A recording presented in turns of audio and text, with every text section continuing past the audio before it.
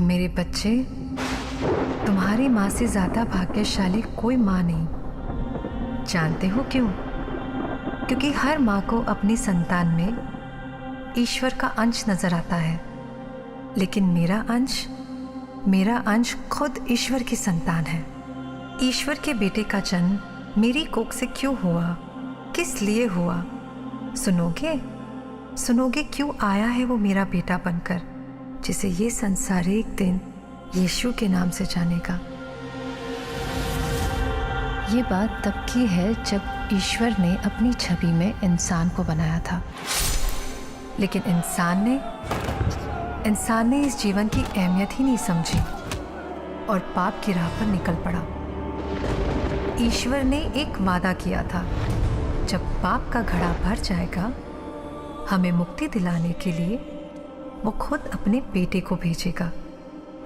और पाप का घड़ा भरा जब राजा हेरोड का अत्याचार अपने चरम पर पहुंचा।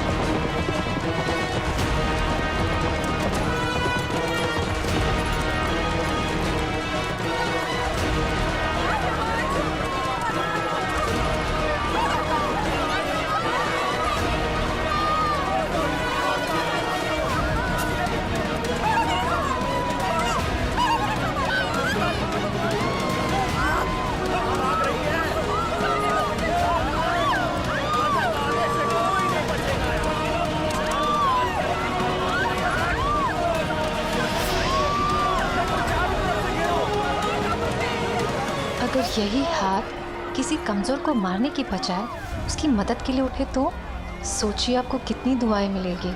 अपनी शिक्षा अपने पास रखो, हमें दूसरे गांव पहुंचना है, नहीं तो राजा के सैनिक के सामने जबान चलाने का मतलब समझाते हैं। चलो।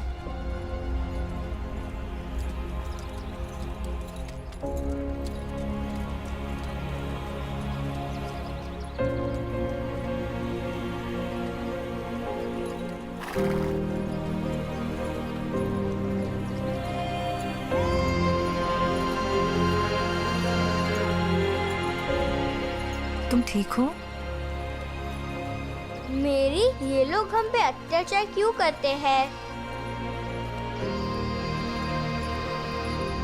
ईश्वर पर यकीन रखो, एक दिन उसका बेटा आएगा और हम सबको हर कष्ट से मुक्त कराएगा।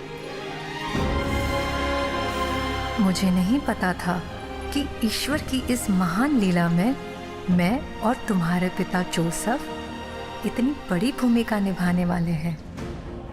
तुम्हारे पिता भी मेरे जीवन में ईश्वर का आशीर्वाद बनकर आए थे, तुम्हारे जन्म का भागी बनने। और पहली मुलाकात में ही ये बात हम दोनों को समझ में आ गई थी, इसलिए रिश्ता तय होते ही सबसे पहले मैंने ईश्वर को धन्यवाद दिया।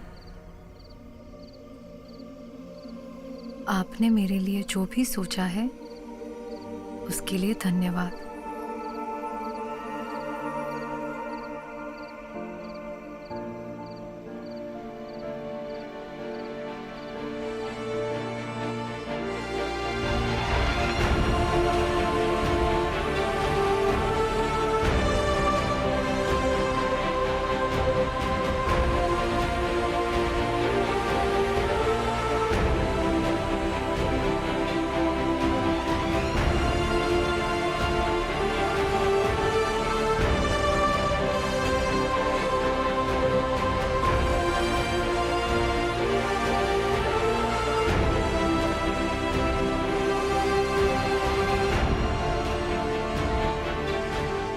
आज तक सुना था कि देवदूत होते हैं। जब संदेश ईश्वर का हो तो हमें उनका दूत बनकर आना ही पड़ता है। मैरी, ईश्वर का बेटा तुमसे जन्म लेगा, तुमसे जन्म लेगा, तुमसे जन्म लेगा। ईश्वर का बेटा मुझसे जन्म लेगा? ये तभी मुमकिन है जब तुम इस जिम्मेदारी को स्वीकार करो। जिम्मेदारी? मैरी, दुनिया जिस मसीहा की राह देख रही है वो तुम्हारी राह देख रहा है।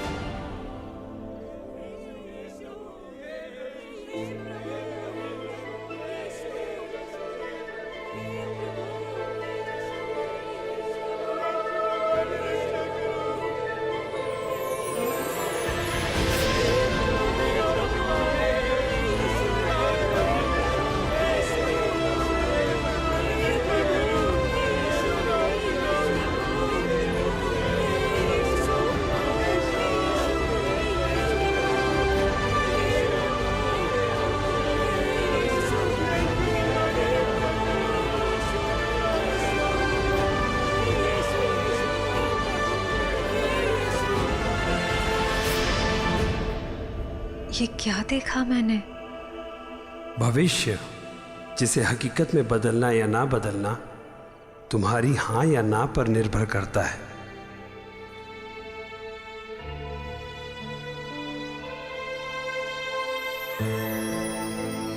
मेरे जीवन भर के पुण्यों का प्रसाद है ये। मुझे तो अपने भाग्य पर यकीन ही नहीं हो रहा। लेकिन ईश्वर की दी हुई जिम्मेदारी को निभाने में कई मुश्किलें आती हैं। ये तुम्हारे लिए आसान नहीं होगा मैरी। अगर मेरी मुश्किलों से लोगों के लिए ईश्वर तक पहुंचने का रास्ता आसान होगा, और अगर ईश्वर को मुझ पर यकीन ही नहीं होता कि मैं उनके बेटे को हर मुश्किल से बचा लूंगी, तो इतनी बड़ी जिम्मेदारी वो मुझे कभी नहीं देते। तो ईश्वर के प्रकाश को स्वीकार करने के लिए तैयार हो जाओ मैरी।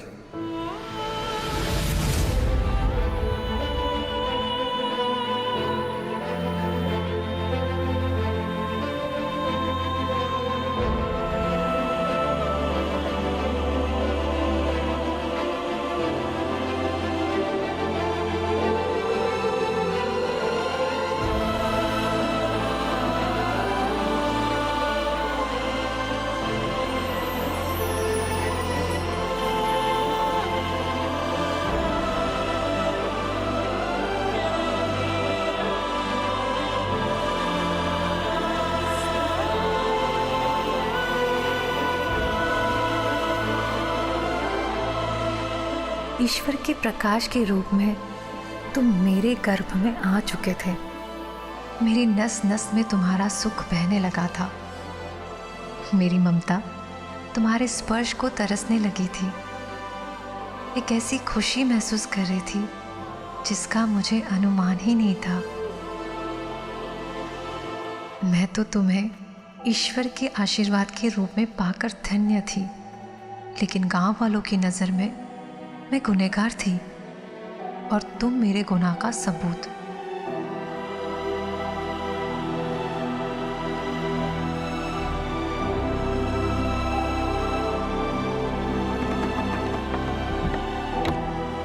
अगर जोसेफ तक ये बात पहुंचती है कि तुम...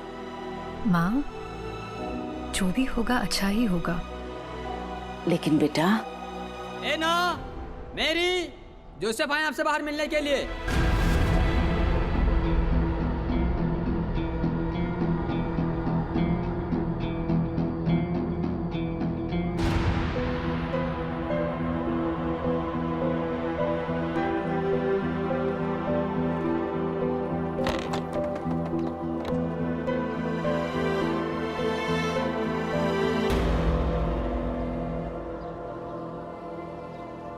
मैंने जो सुना है क्या वो सच है?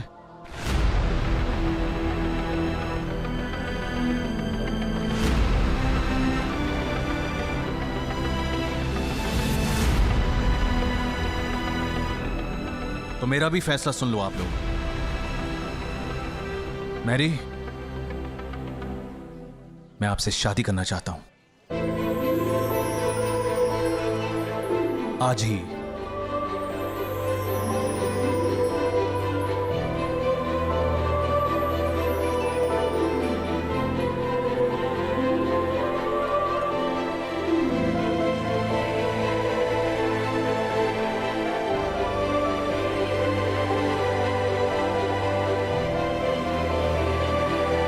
वो देवदूत मेरे पास भी आए थे। अब इस शादी में और देर नहीं होनी चाहिए ताकि ईश्वर के इस अंश पर कोई सवाल ना उठे।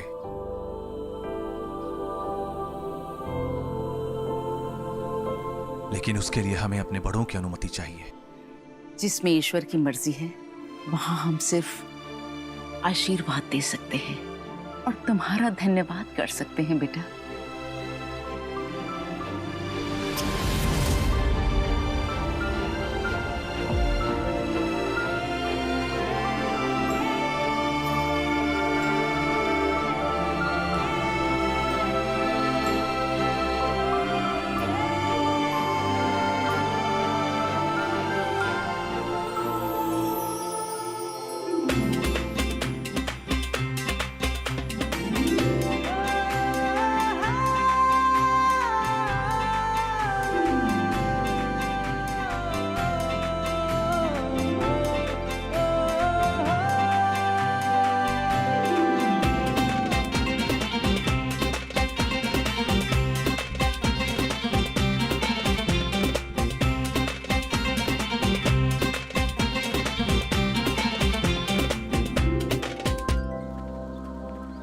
आइए आइए आइए।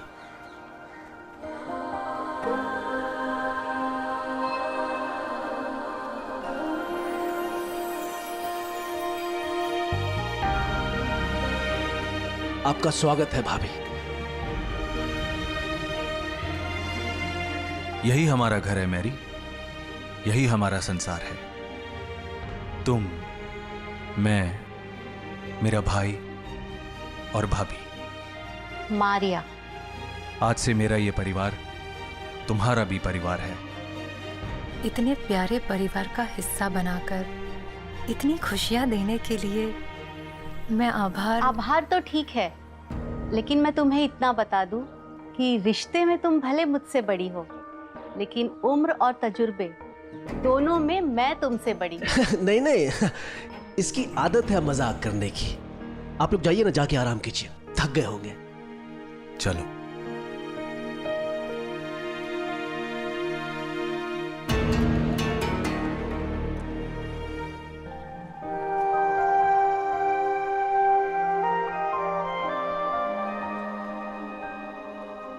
मैरी, हमारा घर भले ही छोटा हो, लेकिन हमारे जीवन में आने वाली सबसे बड़ी खुशी के लिए पूरी तरह से तैयार है।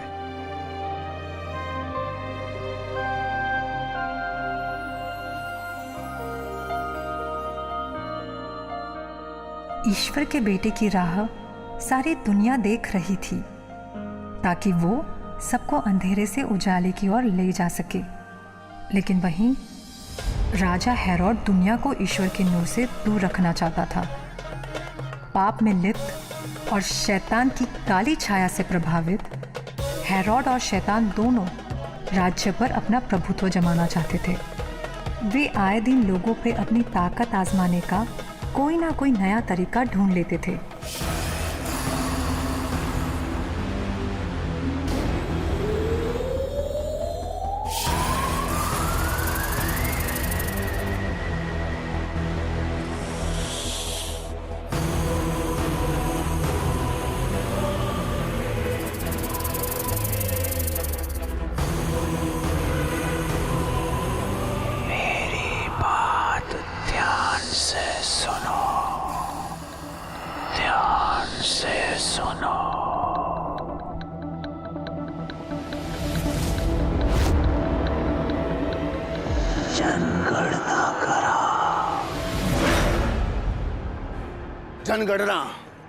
जनगणना कराओ, जनगणना। मुझे अपने राज्य की आबादी की सही गिनती चाहिए और इस गिनती के लिए जो जहां पैदा हुआ उसे वही जाना पड़ेगा, ताकि मुझे पता रहे कौन कहां पैदा हुआ, कब पैदा हुआ और क्यों पैदा हुआ। जाओ। जी सम्राट। मुझे सब पता करना है, मुझे सब पता करना है, सब पता करना है। राजा हेरोड के आदेश के अनुसार हमें वहां जाना पड़ा जहां तुम्हारे पिता का जन्म हुआ था।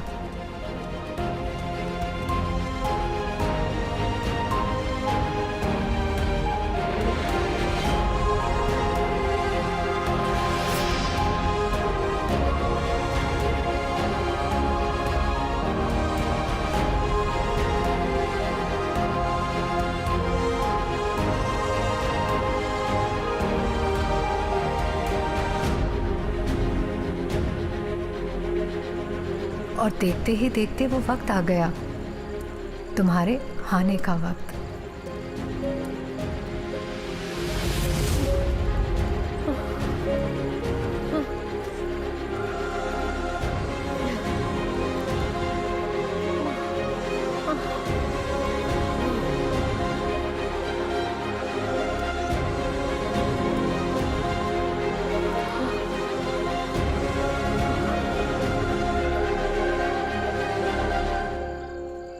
आज की रात बिताने के लिए कोई जगह मिलेगी? जनगणना की वजह से सारी सराएं भरी हुई हैं भाई।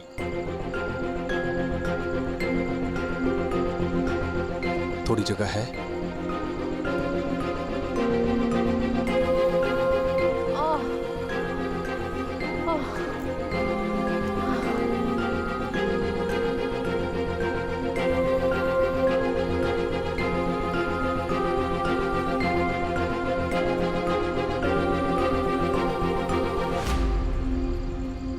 किसी भी सराय में जगह नहीं है। क्या करें? ईश्वर का पुत्र पैदा होने वाला है और हम उसे छत भी नहीं दिला पा रहे। पूरा संसार ही जिसका घर है, हो सकता है ना वो अपनी मर्जी से जगह चुन रहा हो।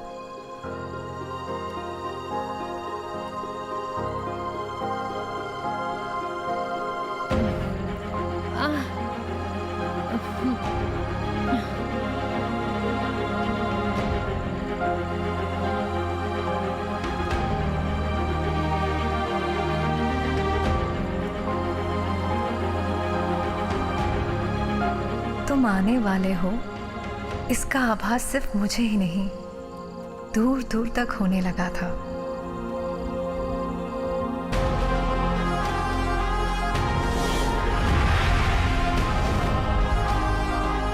वो आने वाला है, मैं उसे देखना चाहता हूं। वो आ रहा है वो।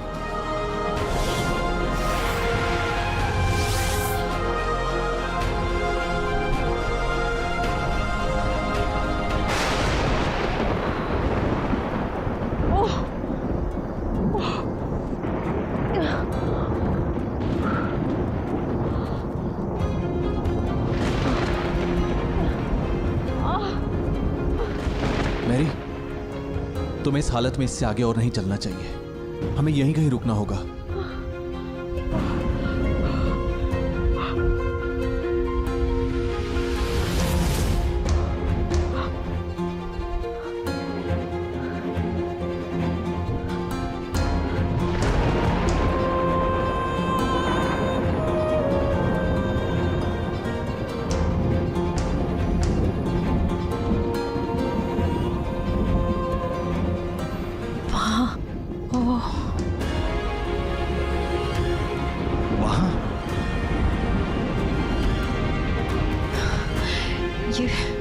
ये मेरी नहीं, इसकी इच्छा है। चलते हैं, चलो।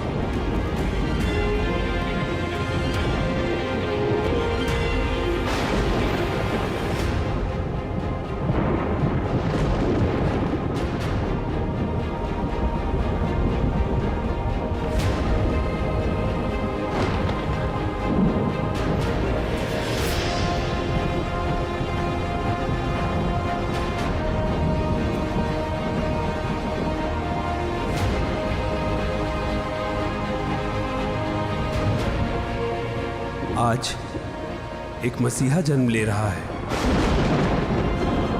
गौशाला की चलनी में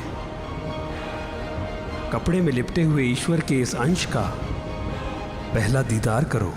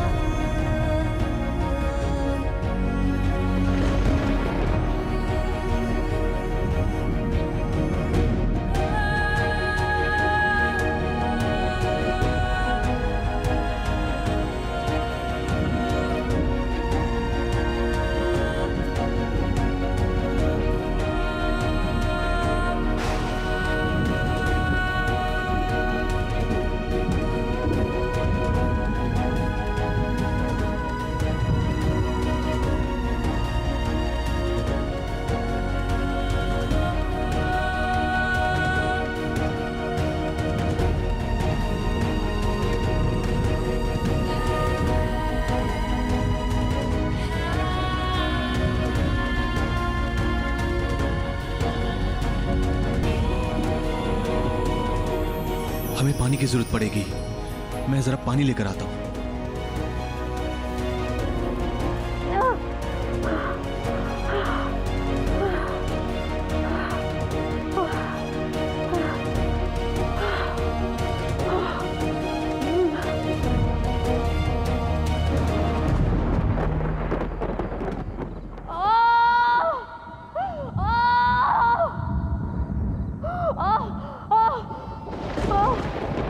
Oh!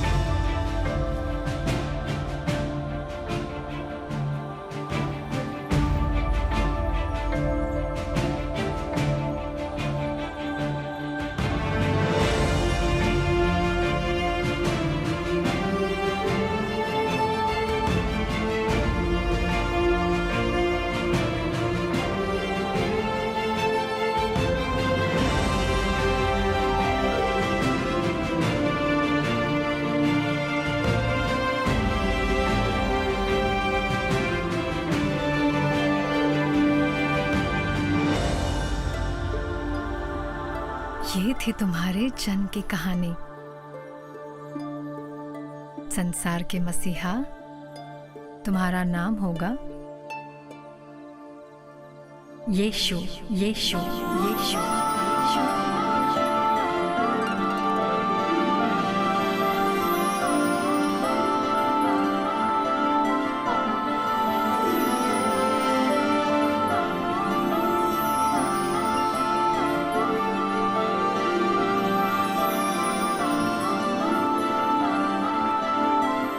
यीशु, संसार को संभालना, पर अपनी माँ को मत भूलना।